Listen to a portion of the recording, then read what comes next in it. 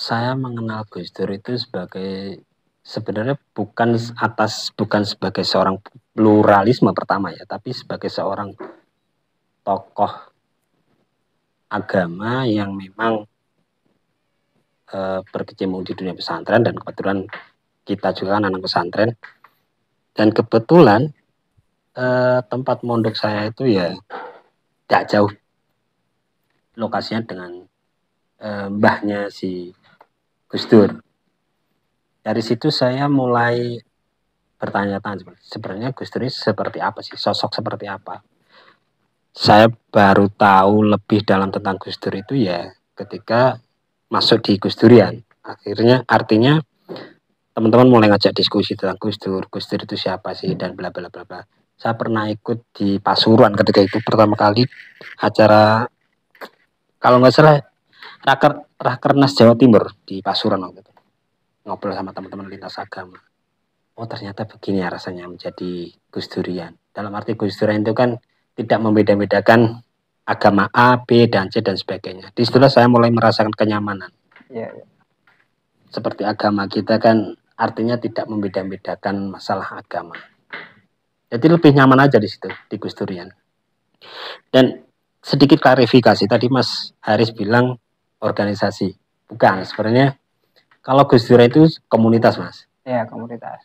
Dan pastinya kan beda ya antara organisasi dengan komunitas. Kalau di organisasi itu kan ada sistem kaderisasi. Sementara di Gus Durian itu nggak ada istilah kaderisasi.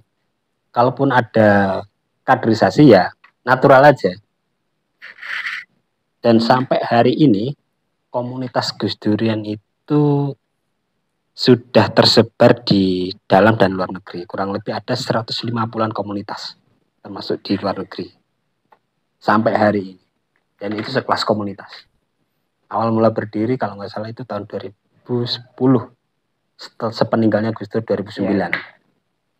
Itu berangkat dari kegelisahan teman-teman Gus Durian melihat isu-isu dan mendapatkan laporan dari banyak warga yang istilahnya apa ya, merasa kehilangan dengan sosok Gus Dur, merasa mereka tidak ada yang dekengi lagi lah, istilah orang-orang yang bukan orang hina, dalam arti orangnya apa ya, orang yang bukan orang hina istilahnya, apa bahasanya, orang yang dianiaya dan kaum mustadafin lah itulah, dan mereka itu merasa didekengi lah sama Gus Dur. Setelah meninggal Gus Dur, mereka bingung mencari sosok ini siapa nih, yang bantu, yang bisa dekengi kita siapa. Akhirnya dari situlah teman Gus Durian mulai merasa gelisah, kemudian membentuklah komunitas itu.